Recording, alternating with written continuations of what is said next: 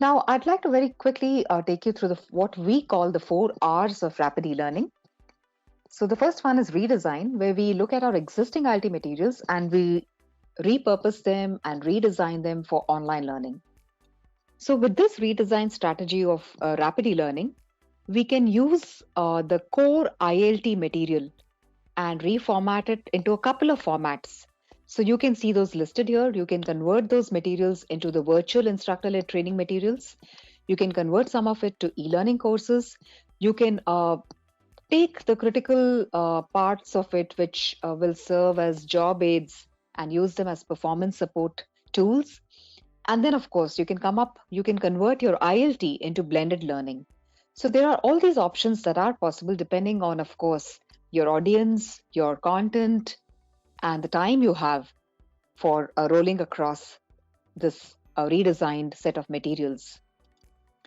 Now, I think by now most of us are familiar with virtual instructor-led training, but I'll still spend a few seconds to quickly take you through this.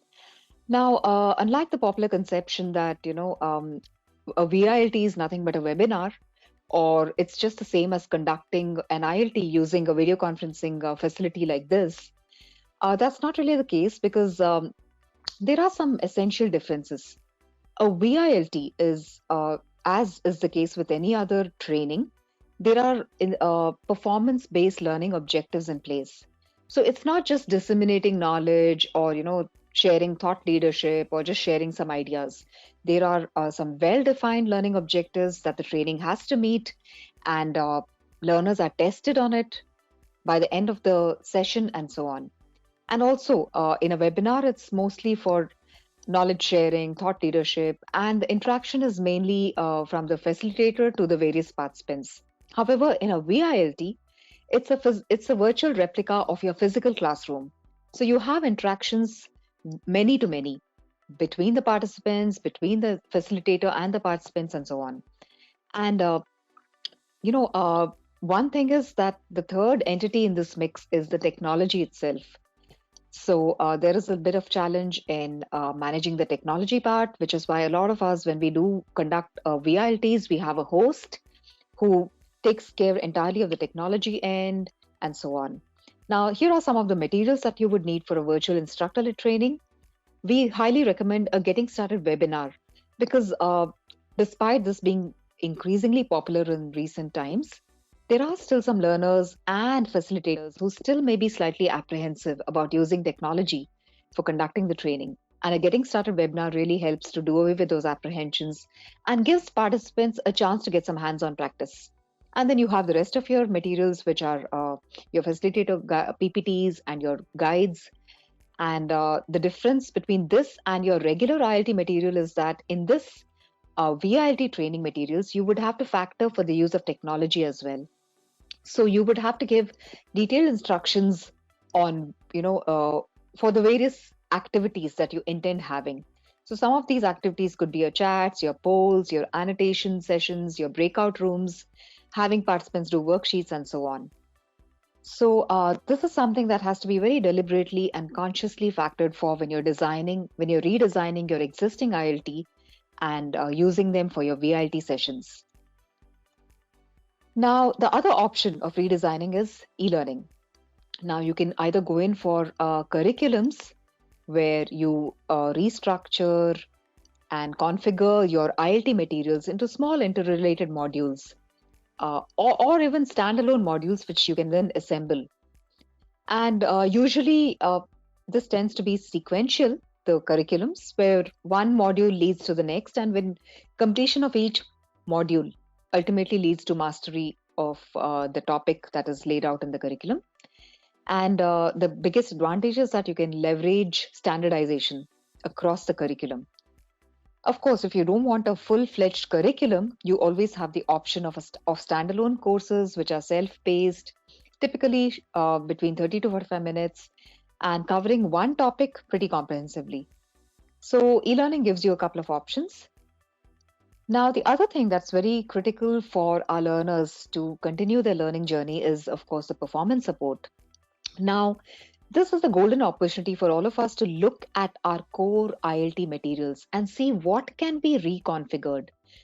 as performance support. So if you go by a typical IELTS experience, there are questions which are asked of the facilitator towards the end of the session or towards the end of a webinar even. So that is good content which can be repurposed as an FAQ, for instance, and hosted on your LMS. Or maybe it's some specific content types, process diagrams, process flows, or best practices and tips which are followed by experts. These can all serve as good job aids.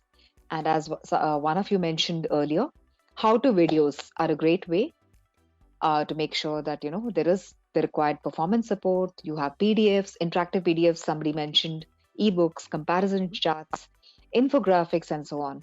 So there is a wide variety available for when we want to use deploy some of this core IELTS material even in the form of performance support. So the tip here is that for them to be effective, make them micro in size and make sure that they're accessible through smart devices, and host them on your LMS to really increase the reach. Now, the key benefits of redesign, of course, are I think all of us are pretty aware of. However, I'll just very quickly touch on it. Now, with this, you can offer a direct channel of communication with your peers and instructors if it's a VILT you're going in for. When you supplement it with e-learning, you're offering them anywhere, anytime access without any delay in the training. And of course, when you move your digital assets online, your performance support, your job aids online, you're reducing the time that people would spend looking for resources or waiting for a facilitator to come and show up and answer the questions and so on. And from the organizational point of view, of course, it's reduced cost. You don't have to deal with the nightmares of logistics that are associated typically with classroom training. And it ensures that your solution is built in the flow of work by reducing the time that employees spend away from work on training. So these are some of the benefits of key benefits of redesign. So this is actually the case study that I shared right at the beginning. So I won't spend too much time of it. So what we did was, this was a project where we had to move the entire IELTS for first-time managers into the online format. So we came up with a blended learning format, and the VILT, as I mentioned before, was in 2 phases, and we also had performance support. So this is what we developed for them, and these are some of the numbers there. So there were 5 e-learning courses and materials for 5 VLT sessions and for 5,000 managers, and these were all rolled out very successfully. So redesign, when it's time to move your IELTS to the virtual medium, this is a great time to take a good hard look at your existing materials and redesign them for great impact. Now coming to the second R, which is the record option. I think all of us know have faced the pressure of having to roll out training very quickly, and there really isn't that much time sometimes to go in for a full-fledged e-learning program. So how do we do this? What is the best option available when you really have these very quick updates to roll out or quick trainings to be rolled out? Now, with the traditional e-learning development process, there are a minimum of 9 touch points with the SME throughout the process. So you come up with the LOs, you send it to the SME, they review it, they sign off, you fix the feedback, then you send the outline, the SME reviews it, then you get the sign off, then you send the prototype for review, then you get the feedback, you fix it, then you make the storyboard, you send it for review, you get a sign off, and then you send the functional course, and then you get the sign off. As you can see, it's a slightly longer process. Now, if you are in a tearing hurry to roll out training and you don't have the luxury of time, let's see how we can use the R, the record option, to roll out training very quickly. Now, the goal of this is to reduce the time. So this is the 5-step process that we follow here at ComLab. So what we do is we have the subject matter expert create a very quick PowerPoint deck. And the SME walks you through the PowerPoint and records their voice. So this can be done in PPT, or they can even just do the recording on their cell phone and send us the recording. Now what we do is we take that PowerPoint deck, which is a very crude, rough deck. It's not really designed or anything, but it has all the core content in place. And we have the audio file sent by the SME. So what we do is we streamline the narration, we transcribe the audio, we streamline the narration, and then we design the PowerPoint deck. And we send the script and the PowerPoint deck, the designed PowerPoint deck, to the SME. And the SME just reviews it once and gives you a sign off. And then we take this and we publish it as in the form of an MP4 video. Now, this is a very effective solution when you're when you're hard pressed for time. And as you can see, with this record option, there are just a maximum of 3 touch points with the SME throughout the process. So they create the PPT, we streamline the transcript, design the PPT slides, they review it, we fix the feedback, and then we develop this rapid voiceover PPT video. Of course, we use a professional voice narrator to make it really effective, and that's it. So this is the record option, which we have been using very effectively. And the benefits, of course, are, you get to hear the SMEs, their personality into the course, because as this SME walks through, they share their anecdotes, their war stories, and there's a wealth of information that you can use. And for the organization, of course, it saves the SME time. It also ensures that since the SME is the one walking you through it, the courses are technically accurate.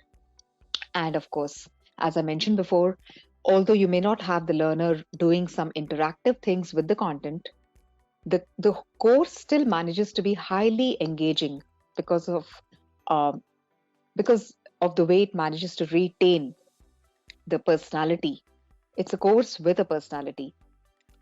So this was the record option. And now I'll very quickly take you through the rebuild option. I think some of you mentioned that you're yet to get started with microlearning. So with the third R, what we do is we rebuild our existing legacy courses in the form of microlearnings. So essentially what you can do is you can take a look at these legacy courses, these lengthier courses, and it gives you the flexibility. With microlearning, you have the flexibility to break it up into very focused, small and focused learning nuggets, learning bites. And of course, as the name says, learning, there is, of course, a focus on acquisition of new knowledge, skills, abilities, except that in the case of microlearning, we cover just one learning objective per microlearning. So that is the way we make it very tight and focused. And we make sure that, by the end of that learning, that one learning objective is successfully met. And those are some statistics about how this market size of microlearning is projected to grow by 2022, and those are very interesting figures. 2024, I'm sorry, and those are really interesting figures, because I think a lot of us are beginning to now explore microlearning, and for those of us who have tested it and tried it and seen it work very successfully, we are looking at more and more legacy courses to repurpose, to rebuild as microlearning. And on the right, you see some of those formats which are popular. So you can have any of these. A microlearning could also be something as effective as a small quiz that you use. So you have a quiz which leads to the teaching content, and it's a very quick wrap. And then you have your videos and your interactive resources and so on. So these are some of the things you can do by revisiting your legacy courses and seeing how best you can break it up into easy to digest microlearning modules. Now, the benefits, as I think we know, are that you have more learner adoption, because these don't take that much time off the learner at a stretch. So the learner adoption rates are likely to be much higher. And of course, they provide immediate and relevant value. And as I mentioned earlier, this is a good way to make sure that your learning is not disruptive, training is not disruptive, but that it is weaved into the learner's regular flow of work. And of course, because it's micro-learning, you can just make it mobile friendly and make sure that your learners have access to it 24/7 at their point of need. And the benefits for the organization, of course, are that you accelerate the time to proficiency. As and when each learning objective is met, it's that much quicker progress in acquisition of the required skill set. and it also decreases the development and delivery time and costs. And one of the things is that these can be very easily updated, reused, and also repurposed. And these are some of the collective benefits, both for the individual and the organization. Now, coming to the last option of republish, although I did mention it earlier when I was talking about microlearning. Now, a lot of us have content, legacy courses which have been developed with software which is now obsolete, such as Flash, and also some of the dated courses which were developed using previous versions, very older versions of authoring tools. Now, here's a golden opportunity for us to revisit those legacy courses and republish them to newer versions and making them mobile compatible and giving them a new lease of life, really. And by using this republish option, you can also give them a fresh look and feel. So you update not just your content, which has been updated, but also your branding. So, and with newer versions of authoring tools, there are more interesting interactivities and more interesting assessments that are possible. So you can make use of this opportunity when you're republishing your legacy courses to make sure that you use these the latest kind of interactivities and assessments that are available. And you can also look at these legacy courses and take a call on what content from there can be stripped out of the core content and used as job aids. And of course, one last thing is that you can really use this golden opportunity to make your courses translation friendly. So one thing is, if you have an in-house authoring tool, courses that have been developed using other authoring tools can also be very quickly republished to it. And because we're talking about templates, standardization is something that really helps you to reach your goal of rolling out courses at speed. So here's a quick case study on something that we've done using the republish option. So basically, the requirement was to make a couple of, not a couple actually, these were 1,500 courses, legacy courses that had been developed in Flash, Adobe Presenter, and older versions of Articulate Storyline. The requirement was to make these mobile compatible, and the audience was sales and service technicians. So we used Lectura Online to do this. And what we did was we developed wireframes for common screens across the courses and across the devices. We updated the graphical user interface to give it a more contemporary look and feel. And we also updated the old interactivities. So this Lectura made sure that we could also have online reviews, which made it in turn very easier for the subject matter experts. And all of this we could manage to accomplish within just 12 months. So those legacy courses really got a new life and using this republish option. So that in a nutshell is the 4 R's of rapid e-learning.